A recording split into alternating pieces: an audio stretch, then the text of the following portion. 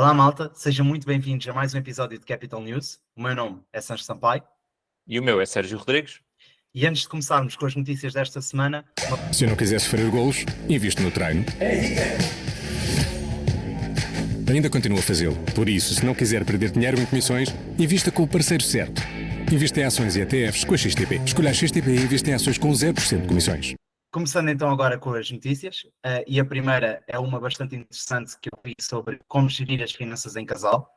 E lá fala-se sobre vários pontos, as conversas sobre dinheiro, conversar sobre dinheiro, estabelecer metas financeiras, entre outras.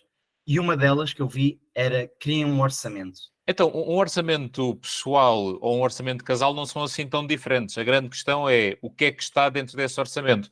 E aqui parte logo de uma questão importante, que é perceber como é que o casal gera as suas finanças, ok? Porque há casais, por exemplo, que têm duas contas em separado, cada um tem a sua conta individual e depois um paga umas coisas, outro paga outras e vão ali acertando contas entre uns e outros e transferindo dinheiro.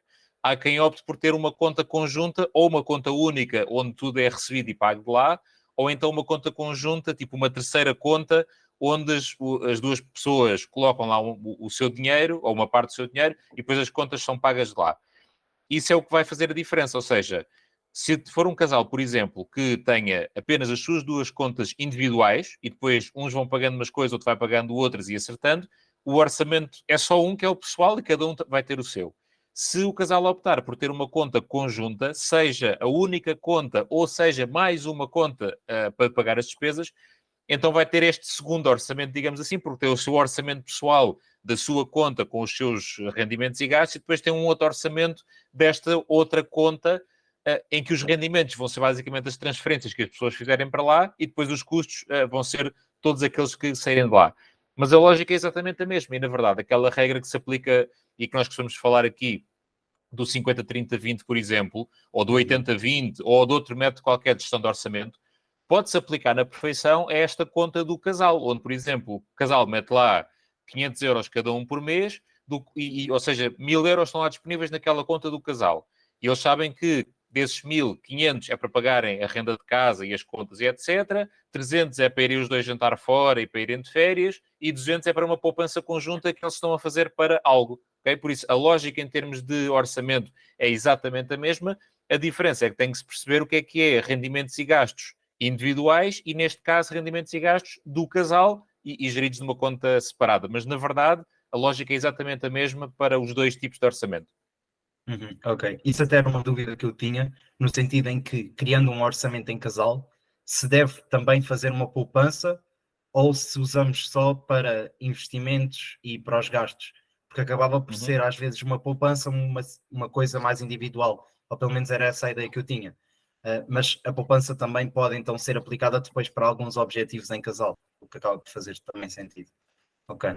Sim, claro, lá está. Se o casal quiser, por exemplo, comprar casa, e estão os dois a juntar para comprar casa. Se o casal vão se casar e estão a juntar dinheiro para o casamento, ou seja, tudo o que sejam coisas, e no limite até pode ser para a sua própria reforma enquanto casal. Acho que aí é capaz de ser mais complicado, porque depois já estamos a falar de perfis de investimento ou perfis de risco diferentes, mas faz muito sentido se há um custo grande que o casal quer ter em conjunto, um objetivo que têm os dois, a casa, o casamento, os filhos, seja lá o que for, então construírem essa poupança para esse fim, também os dois a participar. Obviamente, depois, ao mesmo tempo, cada um individualmente pode e deve ter as suas próprias poupanças ou investimentos para as coisas que quer fazer individualmente, não é? Por exemplo, a questão da reforma antecipada que se fala muito pode ser o objetivo apenas de uma das pessoas do casal. E então, obviamente, que a forma como essa pessoa vai gerir e aplicar o seu dinheiro é muito diferente da do outro. Okay? E daí eu ser muito importante, e já agora só mesmo para terminarmos este tema, ou para reforçar esta ideia, eu acho que é muito, muito importante as pessoas manterem uma conta individual, ok? Podem ter uma conta conjunta para os objetivos e gastos que são conjuntos, nada contra, mas acho que é muito importante as pessoas manterem também uma conta individual, porque cada uma pessoa tem os seus objetivos e vai olhar para o dinheiro de uma forma um bocadinho diferente, e daí eu ser muito apologista de as pessoas manterem uma conta individual, só deles, para os seus próprios objetivos.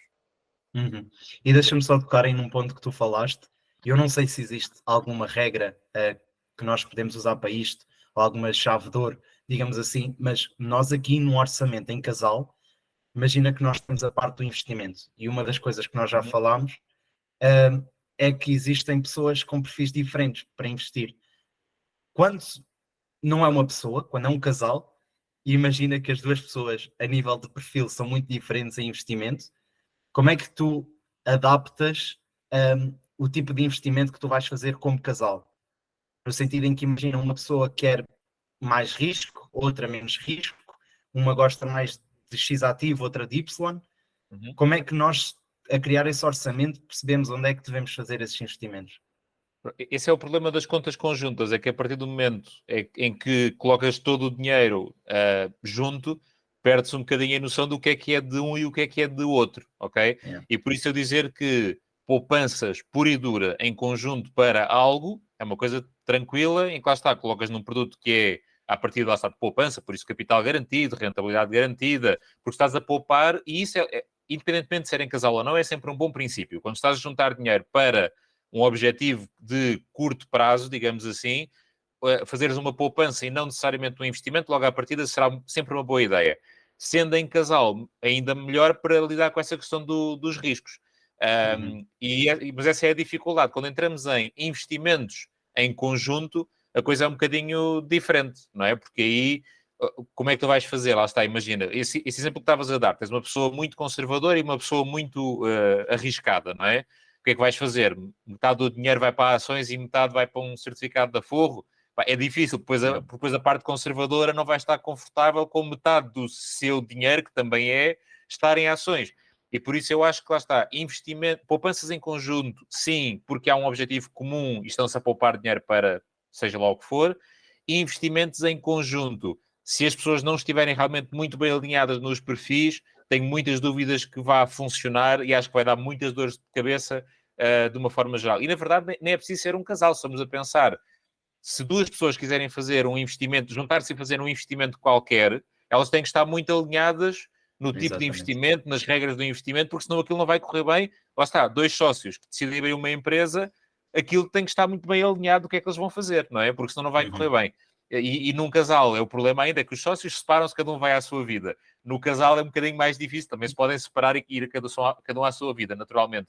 Mas é mais difícil ainda. Por isso, poupanças em casal para objetivos do casal, acho que sim, todo o sentido. Investimentos em casal, se as pessoas tiverem perfis muito diferentes, tenho muitas dúvidas que vai funcionar.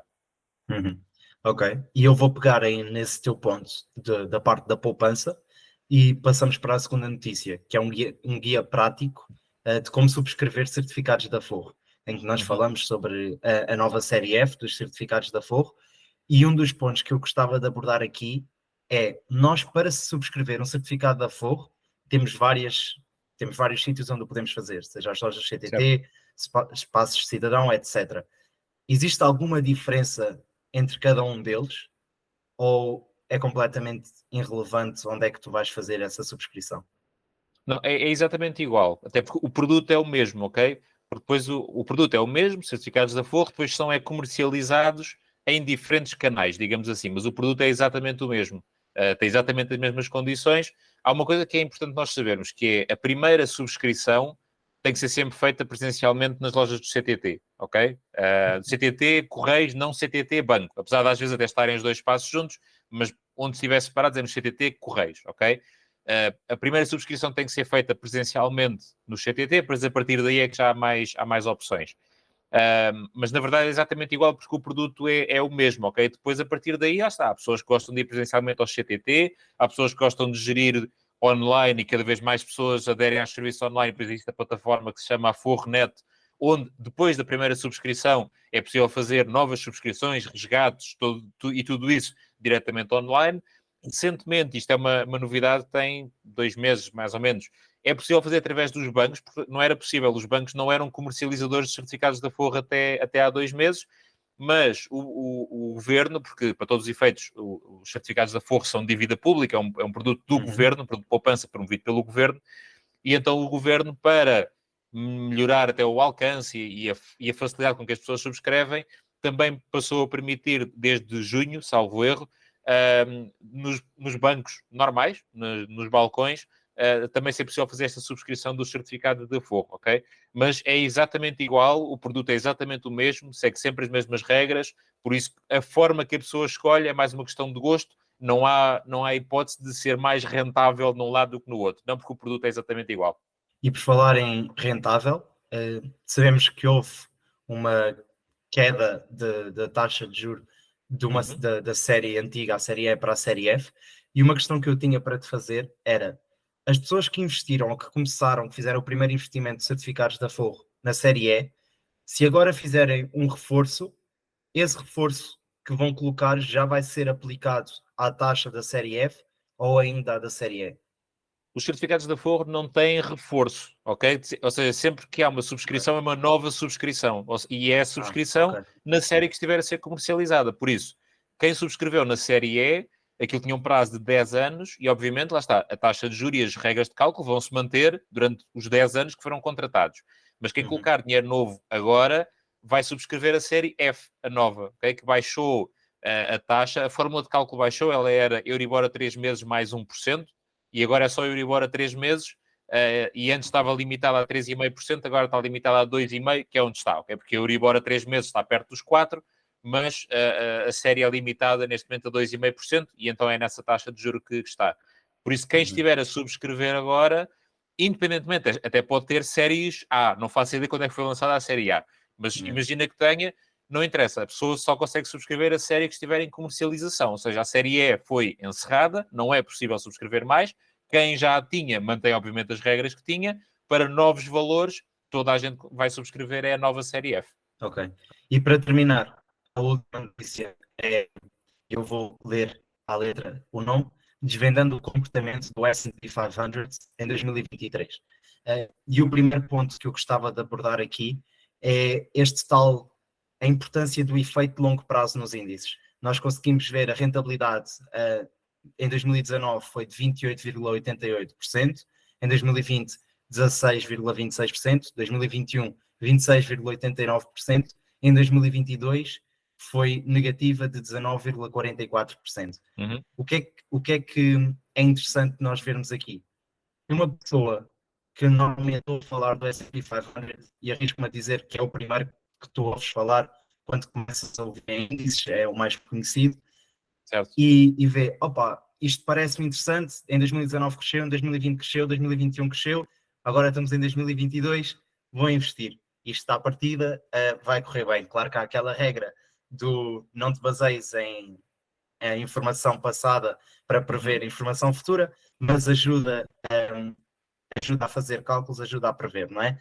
E o que é interessante aqui é perceber, em 2022 isto já correu tão bem e eu devo ter tido um azar gigante que em 2022 meti dinheiro dia 1 de janeiro e acabei a perder 19,44% do dinheiro que eu pus lá.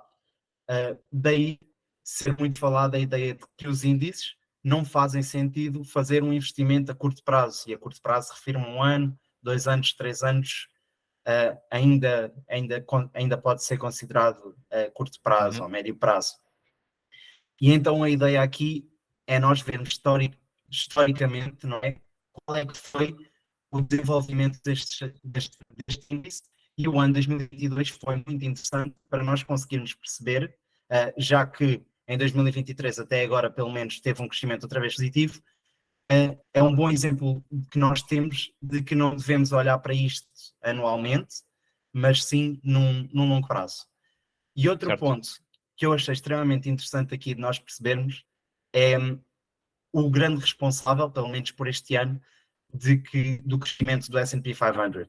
E fala-se lá neste artigo de que tem muito a ver com IT, com a empresa do setor da IT, Information Technology, que até agora cresceu 45% desde o início do ano. Eu queria abordar este ponto aqui contigo, no sentido em que nós temos visto, e juntamente aqui com a inteligência artificial, que tem assustado muita gente, no sentido de que, isto cada vez há menos emprego, cada vez há menos pessoas a trabalhar, e a inteligência artificial vem ajudar a reforçar essa ideia. E o ponto que eu queria era, eu tinha visto um artigo que dava a média de funcionários das 500 empresas que estão no S&P 500. E aquilo dizia que houve uma queda, não quero dizer a percentagem porque não me recordo, mas houve uma queda significativa da quantidade de gente. Mas se nós formos analisar mais a fundo, se calhar empresas como Walmart, como Bank of America, entre outras empresas que acabam por necessitar de muito mais gente do que empresas de IT. E o ponto que eu gostava ou o exercício de reflexão que eu gostava de colocar aqui é, normalmente, as empresas da IT não precisam de tantos funcionários para ter a mesma faturação, porque trabalham muito mais com tecnologia, etc. E estando este setor a crescer tanto, e obviamente também a crescer no S&P 500, isto acaba por fazer com que a média das empresas, tanto mais empresas de IT dentro do S&P, também os funcionários, a média de funcionários diminui, o que não significa obrigatoriamente que há menos funcionários. É uma valorização de empresas que não têm tantos funcionários. Não sei se isto está a fazer sentido, mas foi uma reflexão que foi interessante passar.